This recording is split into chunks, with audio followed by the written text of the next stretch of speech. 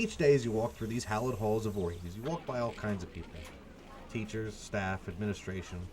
Most of the time you won't even acknowledge them with much more than a quick nod as you continue on your way. But everyone can agree there's one guy you want to avoid at all costs. I've been at Voorhees since day one. Mr. Nanni started at Voorhees in 1975 when the school first opened. And for 20 years he acted as activities director. But now he's entering into his second year as school disciplinarian, a job where dealing with negativity is part of the daily grind. Well, there's a lot of tough parts because it's the he said, she said, I did this, and then you turn out the teacher story is very different than the student story. And you know, trying to find out the truth in all of that. And the truth is, he tries to sift through all that negativity to find the positive side of things. You see a kid a lot, and with the help of a lot of people like the case managers and administration and counselors, that you don't see the kid anymore, and you see a kid grow. Yeah, they grow, and you don't see them that much. Even though kids do things that are wrong or get in trouble, you try to keep them whole, and you try to listen and at least, you know, give them their moment and feel like at least they got a fair shake, even though they may not like the decision that comes out of the other end, because most kids know they did something wrong. If you've never been on the wrong side of the law, then maybe you recognize him for what he's probably most famous for. Stand up! Stand up! Stand up! Stand up! Stand up! He's the man on the mic. They want to be entertained. He's been the MC at pep rallies almost since the beginning.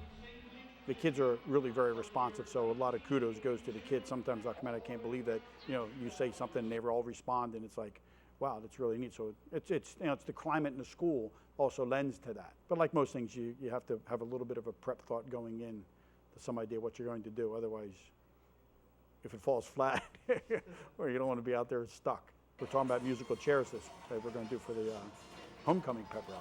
So I was talking to the student council officers about, okay, you know, who's going to be the person telling Kevin in the closet when to start, when to stop, and you got to know who that is ahead of time. You can't be out there and go, oh, we need somebody, and make sure you have the chairs, and you got how long you're going to run the music each time. One of the most famous traditions he started is the legendary "We Want the Can" cheer. That was pure spontaneity.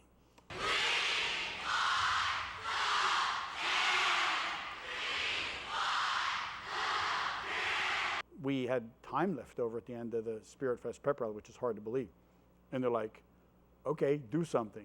And it just came to me.